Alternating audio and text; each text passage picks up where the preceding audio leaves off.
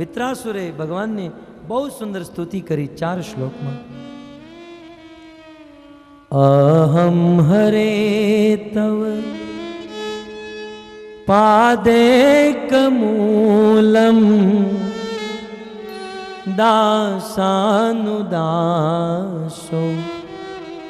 ભવિતાસ્મિ ભૂય મન સ્મરેત સુપતે ગુણાસ્તે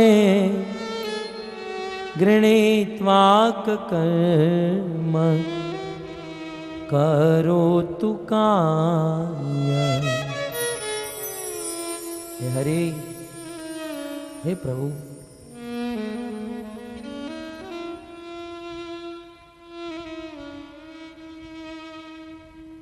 પ્રભુ મને તમારા ચરણોમાં ગ્રહણ કરો. પ્રભુ હું તમારા ભક્તોનો સેવક બનું,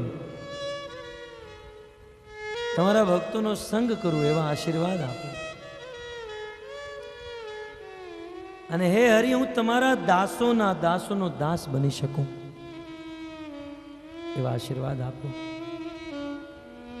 જ્યારે વિત્રાસુર મરતી વેળાએ ભગવાનને આવી સ્તુતિ કરે છે અને ભગવાન એની સામે પ્રકટ થયા અને વિત્રાસુરને કહે છે કે હે વિત્રાસુર, જે જોઈતું હોય એ માંગી લે.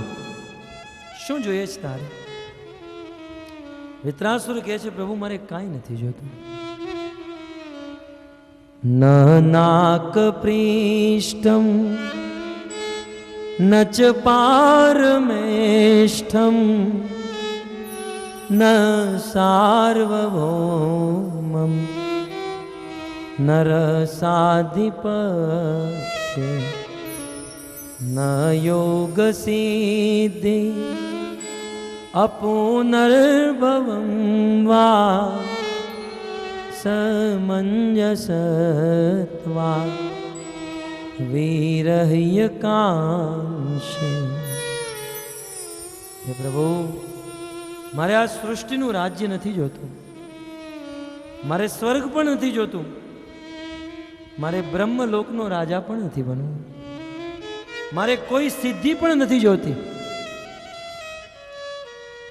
પ્રભુ, મારે તો બસ તમારા દર્શન જોઈએ છે, તમારો અનુગ્રહ જોઈએ છે. પ્રભુ, તમે મને દર્શન આપો. તમારી વગર મારી આંખો તરસી રહી છે.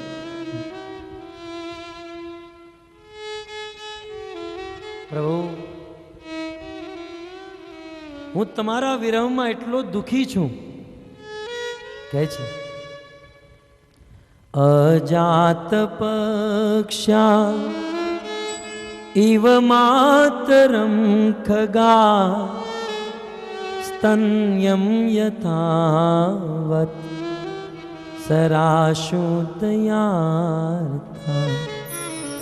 પ્રિયમ પ્રિયેવ વ્યુષિતમ વિષણા મનોરવિંદાક્ષ દિદ્રક્ષતે ત્વામ. હે પ્રભુ, તમારા વિરહમાં મારા હૃદયમાં અત્યંત કષ્ટ થઈ રહ્યું છે. જેમ કોઈ પક્ષીનું બચ્ચું હોય, એની પાંખો ન આવી હોય અને એ કોમળ બચ્ચાના માતા પિતા વનમાં એ પક્ષીના બચ્ચા માટે ભોજન લેવા માટે જાય. સવારના ગયા હોય, સંધ્યાનો સમય થાય અને પાંખ વગરનું એ પક્ષી એમના માતા પિતાની રાહ જોતું હોય. એવી રીતે હે પ્રભુ, હું તમારી રાહ જોઉં છું, ક્યારે તમે મને દર્શન આપશો. જેમ ગાય વનમાં ચરવા ગઈ હોય અને વાછરડાને ભૂખ લાગે અને એ સમયે ગાય એ વાછરડું એક દ્રષ્ટિથી એક ટકે એમની માતા ગાયની રાહ જોવે, ક્યારે આવશે, ક્યારે મને દૂધ પીવડાવશે. એમ હે પ્રભુ, હું તમારી રાહ જોઉં છું, તમે ક્યારે દર્શન આપશો? જેમ એક પતિવ્રતા નારી હોય, એમનો પતિ પરદેશ ગયો હોય અને અહીંયા પત્નીના હૃદયમાં બહુ કષ્ટ દુઃખ હોય, લોકો હેરાન કરતા હોય, અને એ પત્ની એ પરદેશ ગયેલા પતિની રાહ જોતી હોય, ક્યારે મારો પતિ આવશે અને મારું દુઃખ દૂર કરશે, મને સુખ આપશે. એમ હે પ્રભુ, હું તમારી રાહ જોઉં છું, ક્યારે તમે મને દર્શન આપશો? વિત્રાસુર કહે છે, પ્રભુ હું તો અસુર છું, મેં તો આસુરી કાર્ય કર્યા છે, અને આસુરી કાર્ય કરવાને કારણે તમે મને દર્શન કેવી રીતે આપો? તમે તો મોટા મોટા ભક્તોને દર્શન આપો, હું તો એક અસુર છું. પ્રભુ તમે દર્શન ન આપો કોઈ વાંધો નહીં, પણ તમારા ભક્તનું દર્શન થાય, તમારા સાધુ સંત મહાત્માઓનું દર્શન થાય, એવા આશીર્વાદ આપો. મામોત્તમ શ્લોક જનેષુ સખ્યમ સંસાર ચક્રે ભ્રમત સ્વકર્મ ત્વન્માયયાત્મા ત્વજદાર્ગે આસક્ત ચિત્તસ્ય ન નાથ ભૂમિ. હે પ્રભુ, તમે મને દર્શન આપો. આમ વિત્રાસુર ભગવાનની સ્તુતિ કરે છે, ભગવાનનું ધ્યાન કરે છે. અને એ સમયે વિત્રાસુર ઇન્દ્રને કહે છે, ઇન્દ્ર શું રાહ જોવો છો? મને મારો, હું મરવા માટે તૈયાર છું. અને કદાચ તમને એવું લાગતું હોય કે મને મારીને તમે જીતી જશો, તો હે દેવરાજ ઇન્દ્ર, એવું નથી. તમે મને મારશો અને હું વચન આપું છું કે હું મરી જઈશ, પણ હું મર્યા છતાં પણ જીવિત, મર્યા છતાં પણ હું વિજયી થઈ જઈશ. કારણ કે મને મારવાથી તમને શું મળશે? આ વિત્રાસુર દેવરાજ ઇન્દ્રને કહે છે કે મને મારવાથી તમને શું મળશે? મને મારવાથી તમને માત્ર સ્વર્ગ મળશે. અને એ સ્વર્ગ તેતમ ભૂતવા સ્વર્ગ લોકમ વિશાલમ શને પુણ્ય મૃત્યુ લોકમ વિશંતિ. કોઈ વ્યક્તિ સ્વર્ગમાં પહોંચ્યો હોય, પણ જ્યારે એના પુણ્ય ક્ષણ થઈ જાય, ક્ષીણ થઈ જાય, ત્યારે એને સ્વર્ગમાંથી ફરીથી આ પૃથ્વી ઉપર આવવું પડે છે.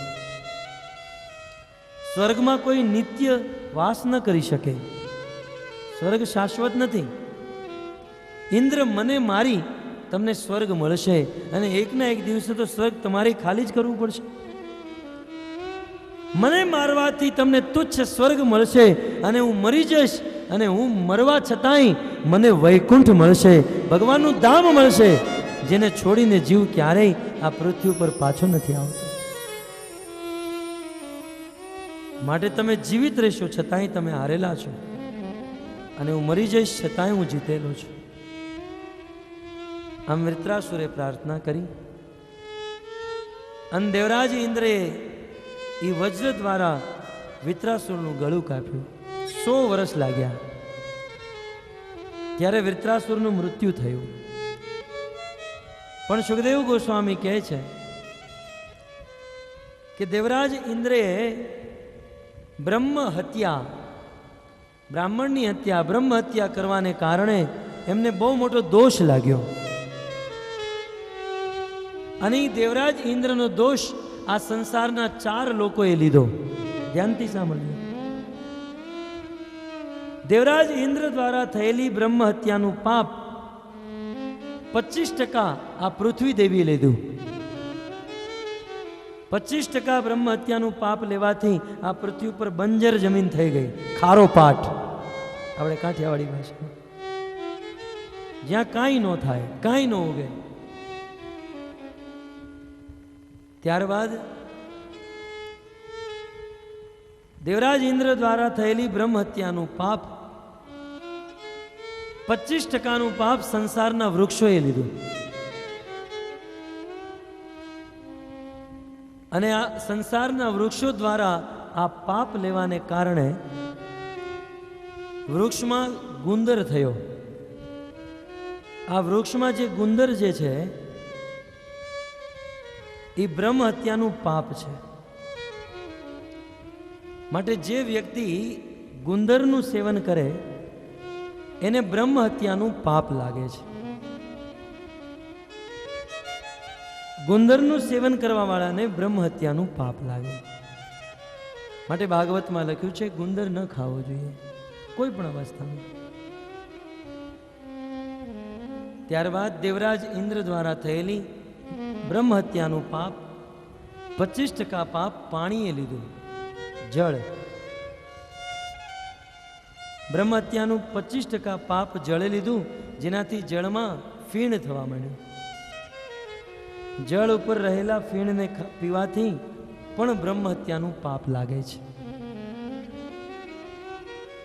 ત્યારબાદ 25% પાપ વધ્યું.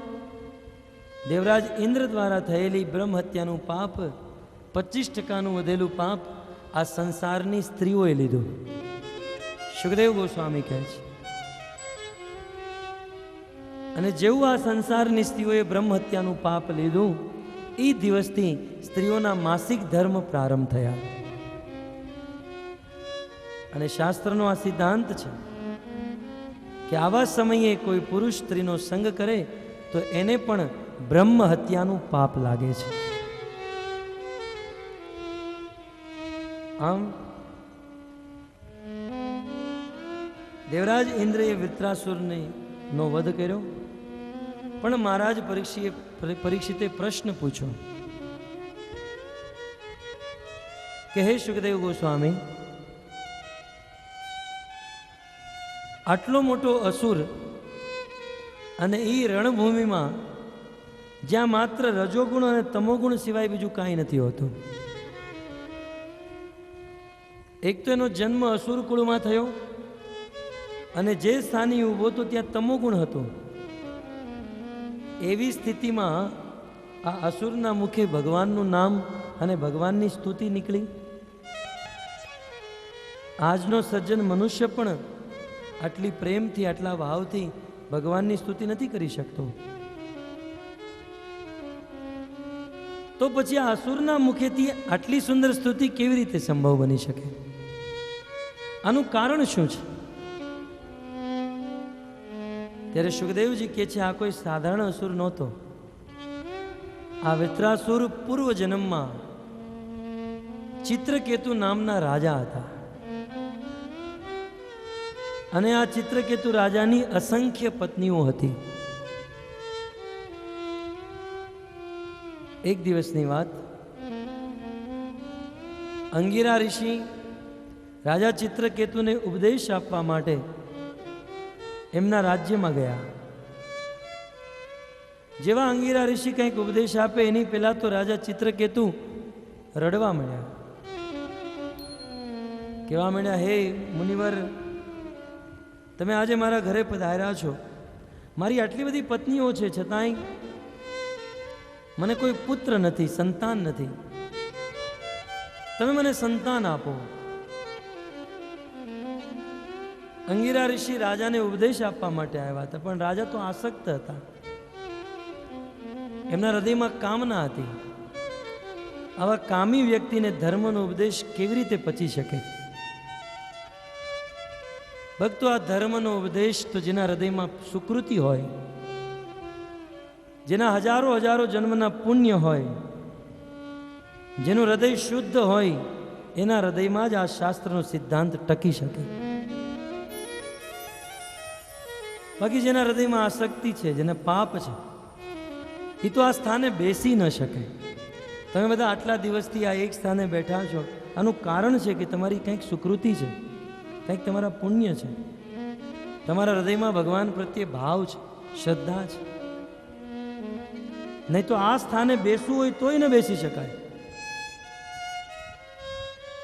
હું ઘણીવાર દ્રષ્ટાંત આપું.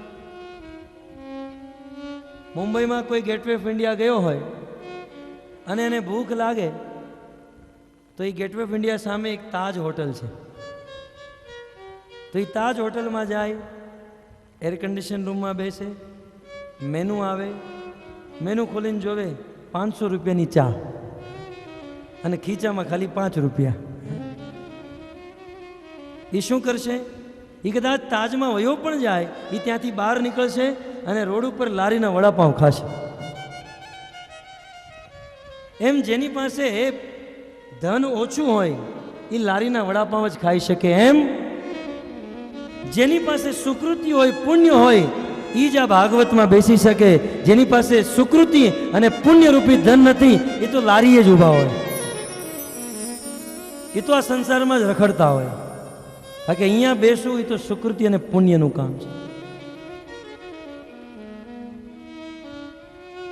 અંગિરા ઋષિ ચિત્રકેતુ રાજા પાસે ગયા છે એને ઉપદેશ આપવા માટે, એના જીવનનો ઉદ્ધાર કરવા માટે. પણ રાજા ચિત્રકેતુના હૃદયમાં તો કામના હતી, મને પુત્ર જોઈએ છે.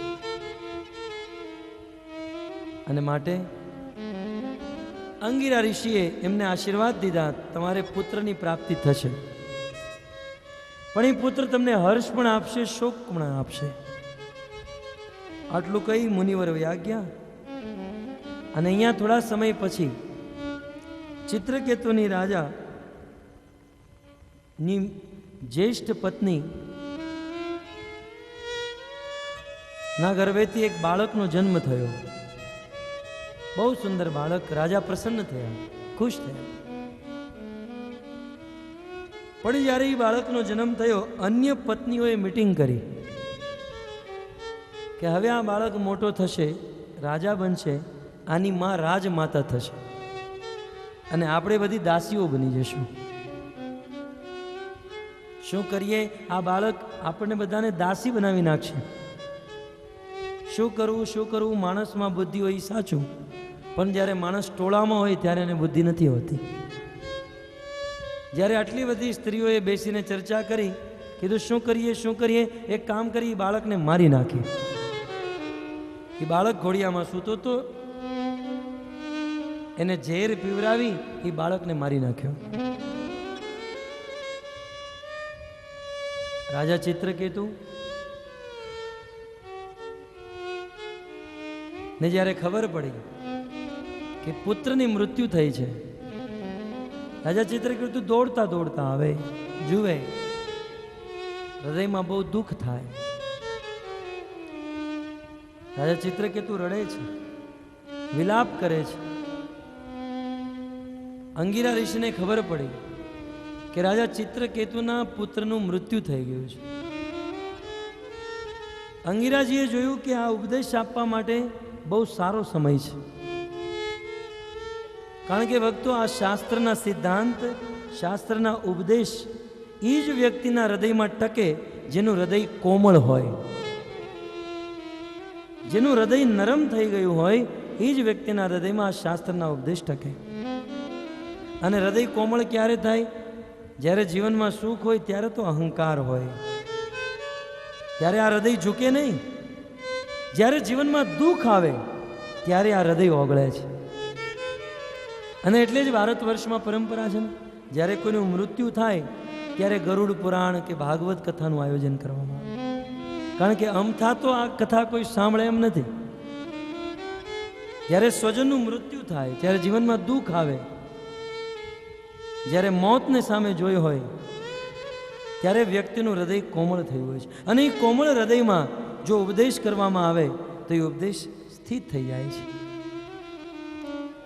જોયું કે રાજા ચિત્રકેતુના પુત્રનું મૃત્યુ થયું અને એનું હૃદય કોમળ થઈ ગયું. એ જ સમયે અંગિરા મુનિ નારદજીને સાથે લઈ રાજા ચિત્રકેતુ પાસે આવે છે. બહુ સુંદર ઉપદેશ આપે છે, આત્મ તત્વનો ઉપદેશ આપે છે કે હે રાજન, તમે કોની માટે રડો છો? તમે તમારા પુત્ર માટે રડો છો? શું એ તમારો પુત્ર છે?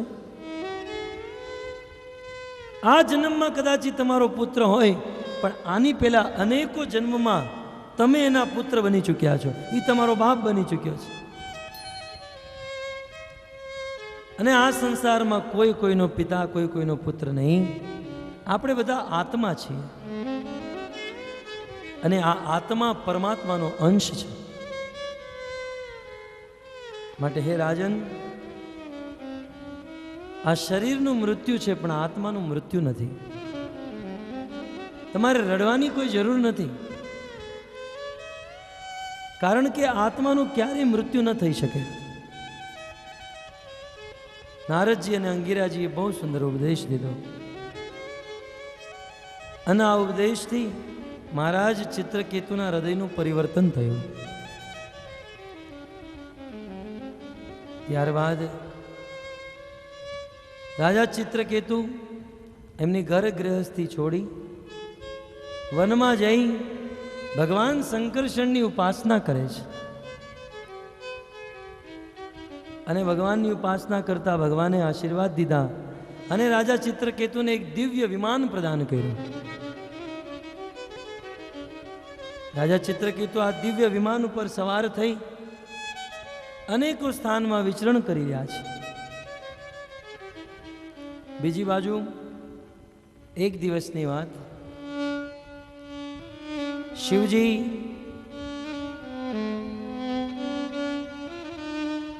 અનેકો સાધુ સંતોની મંડળીમાં પોતાના કૈલાસ ધામમાં ભગવત કથા કરી રહ્યા છે. અને એ સમયે શિવજીએ પોતાની પત્ની પાર્વતીને પોતાના ખોળામાં બેસાડી.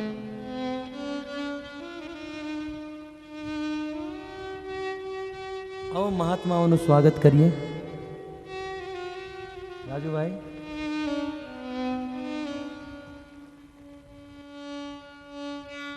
સ્વાગત.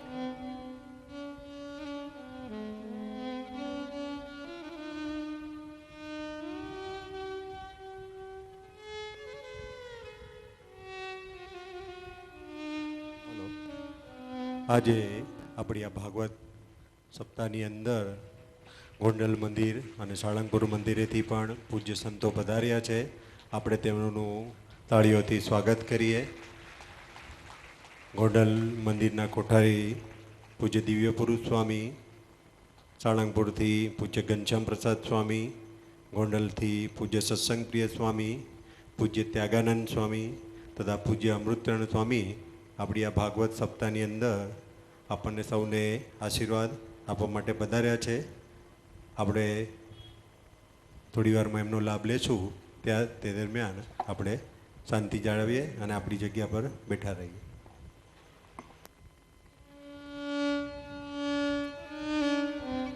શિવજી કૈલાસ લોકમાં પત્ની પાર્વતીને ખોળામાં બેસાડી ભાગવત કથા કહી રહ્યા છે.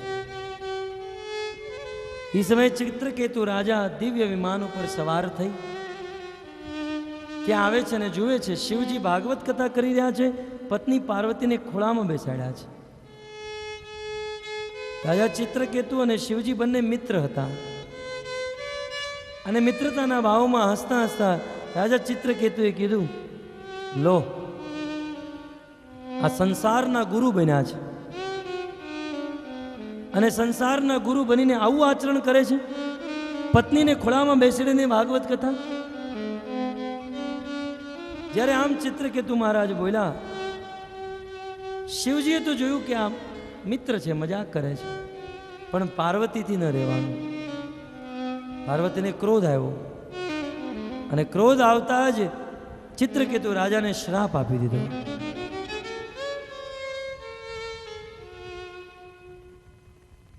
કે છે આ સંસારનો વહીવટ કરવા માટે ભગવાને તમને સોંપ્યા છે. શું તમે અમારા ગુરુ છો? અમારે શું કરવું શું ન કરવું એ તમે કહેશો? તમે આજે શિવજીનું અપમાન કર્યું છે, હું તમને શ્રાપ આપું છું, તમે અસુર બની જાઓ. જ્યારે દેવી પાર્વતીએ શ્રાપ દીધો, ચિત્રકેતુ મહારાજ વિમાનને લઈ નીચે આવ્યા. દેવી પાર્વતીને પ્રણામ કરે છે, માતે હું તમારી પાસે એટલા માટે નથી આવ્યો કે તમે તમારો શ્રાપ પાછો ખેંચી લો. તમે મને શ્રાપ આપ્યો, તમારો શ્રાપ હું શિરોધાર્ય કરું છું. હું તમારો આ શ્રાપ મસ્તક પર ચડાવું છું. પણ તમારા ચરણોમાં એક જ નિવેદન કરું કે મેં કોઈ ઈર્ષાના ભાવે, મેં કોઈ જલનના ભાવે શિવજી સાથે આ વાત નહોતી કરી. હું તો પ્રેમથી હસતા હસતા વાત કરી રહ્યો હતો.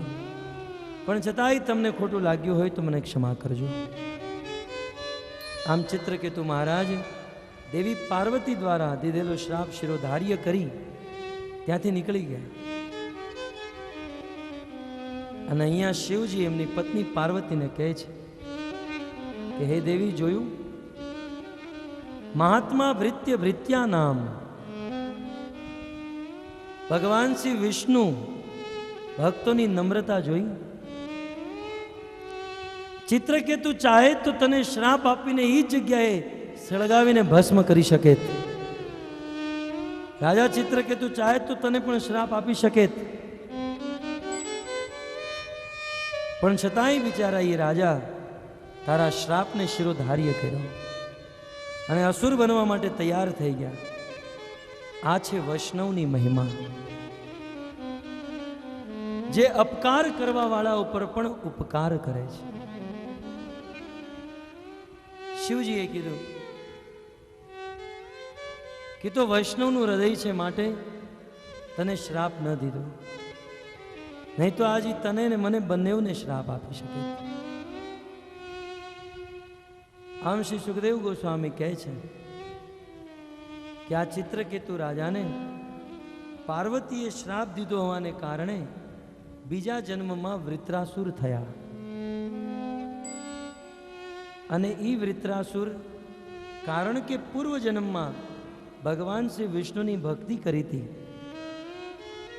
ભક્તો, આ સંસારમાં દેહરૂપી દિવાલનો વિનાશ થઈ જાય છે, પણ ભક્તિનો ક્યારેય નાશ નથી થતો. પૂર્વ જન્મમાં કરેલી ભક્તિ અખંડ રહે છે. ચિત્રકેતુ રાજાએ ભક્તિ કરી હતી. બીજો જન્મ શ્રાપને કારણે ભલે અસુર દેહમાં થયો, પણ પૂર્વ જન્મની ભક્તિને હોવાને કારણે એમના હૃદયમાં ભગવાન પ્રત્યે પ્રેમ હતો, ભક્તિ હતી. અને એટલે જ એ રણભૂમિમાં મૃત્યુ સમયે વૃત્રાસુરે ભગવાન શ્રી વિષ્ણુને સ્તુતિ કરી. આમ શ્રી સુખદેવ ગોસ્વામી મહારાજ પરીક્ષિતને ભક્તિનો સિદ્ધાંત સમજાવે છે કે છે આ સંસારમાં આ શરીરનો વિનાશ થઈ જાય, ધન સંપત્તિ આ ભૌતિક વસ્તુનો વિનાશ થઈ જાય, પણ જીવ દ્વારા કરાયેલી ભગવાનની ભક્તિનો ક્યારેય વિનાશ નથી થતો. માટે બુદ્ધિમાન વ્યક્તિ જીવનમાં એવું કાર્ય કરે જેનો ક્યારેય વિનાશ ન થાય. આપ સૌ ભક્તોને નિવેદન, આજે જ્યારે ભાગવતનો આશ્રય લીધો છે, આપણે બધા ભાગવતના આશ્રયમાં બેઠા છીએ, તો ભગવાન શ્રી કૃષ્ણની ભક્તિ કરીએ અને આ જન્મમાં ભગવાનની પ્રાપ્તિ કરીએ એવો સંકલ્પ કરીએ. હરે કૃષ્ણ.